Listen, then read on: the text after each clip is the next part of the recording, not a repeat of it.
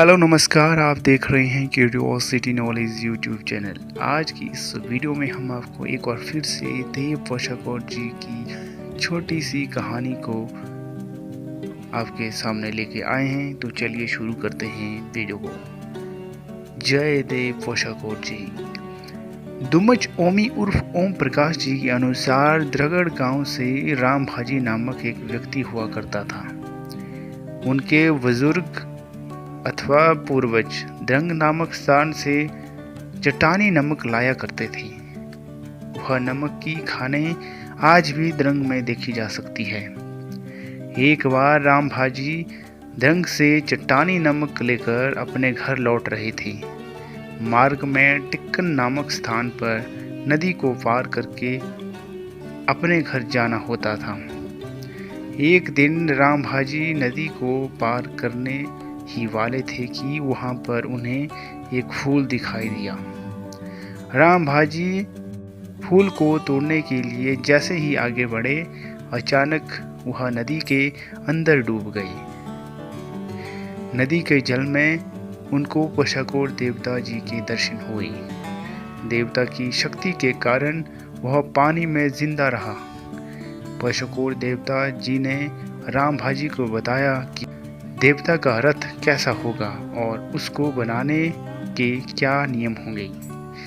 इतने में राम भाजी का परिवार राम भाजी को 6 महीने तक ढूंढता रहा कि आखिर वह गायब कहाँ हो गया। इतने दिनों तक राम भाजी को ढूंढते ढूंढते वह थक गए, लेकिन उनका कहीं पता न चल सका। अतः उसके परिवार के लोगों ने सोचा कि वह मर गया होगा। इस पर वह उसके लिए क्रियाक्रम करने की तैयारी करने लगे। पोशाकोट देवता जी को इस बात का ज्ञान जब हुआ तो उन्होंने राम भाजी को बकरे की खाल में रेत भर कर दी। बकरे की खाल में राम भाजी नमक लाने द्रंग से वापस आया हुआ था।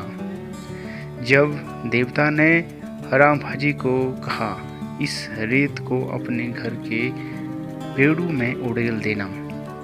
6 महीने के बाद नदी से बाहर आते ही राम भाजी ने जो उसे बकरे की खाल में रेत भरकर दी हुई थी, उसमें से उसने कुछ रेत वहीं निकाल दी और शेष घर में जाकर अपने घर के पेड़ों में उड़ेल दी। जैसे ही राम भाजी जी ने रेत को पेड़ों में उड़ेला, वह सोने की बन गई। जब घर वालों को राम भाजी के आने की खबर मिली तो वे उसे जीवित देखकर बहुत खुश हुए और फिर राम भाजी से पूछा कि तुम इतने दिन कहाँ थे। तब राम भाजी ने उन सबको उसके साथ जो घटना घटी उसके बारे में बताया कि उसके साथ क्या क्या घटना घटी और उसको देवता ने क्या कहा। दुमच ओमी उर्फ ओम प्रकाश जी आगे बताते हैं कि राम भाजी के अनुसार एक सुनार धमचान गांव में रहता था। एक रात उसको एक सपना हुआ कि देव पोशाकोट जी का मोहरा बनाना है। जब एक दिन वह सुनार देव पोशाकोट जी का मोहरा, जो आज मूंछों वाला है देवता का, उसे गोबर में बनाना शुरू कर दिया।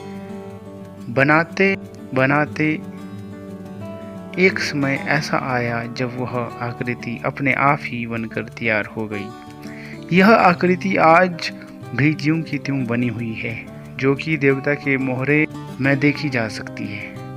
जैसे ही उस समय वह देवता की आकृति बनकर तैयार हुई तो उसी समय पोशाकोट देवता जी का मोहरा सुनार को देखकर हंस पड़ा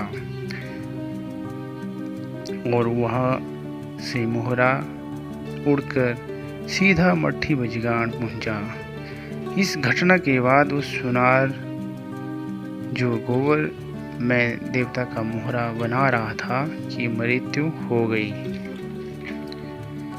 धमचान गांव में आज भी वह स्थान है जहां पर देवता पोषाकोट जी का मोहरा गड़ा जा रहा था। आज वहां पर एक छोटी सी गुफा है जिसे मोहरा गढ़ने का स्थान के नाम से आज जाना जाता है। देव पोषाकोट जी का परिवार आज नाला डेहरा नामक स्थान में रहता है।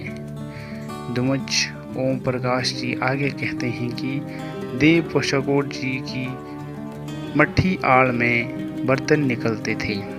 जब कभी वहाँ आसपास शादी होती थी तो सबसे पहले देवता के मंदिर में शादी का निमंत्रण देना होता था वहाँ के लोगों के द्वारा, और शादी से पहले एक दिन पहले धाम बनाने के लिए बर्तनों के लिए बोलना होता था, तो दूसरे दिन देवता की आल से बर्तन अपने आप ही प्रकट हो जाते थे।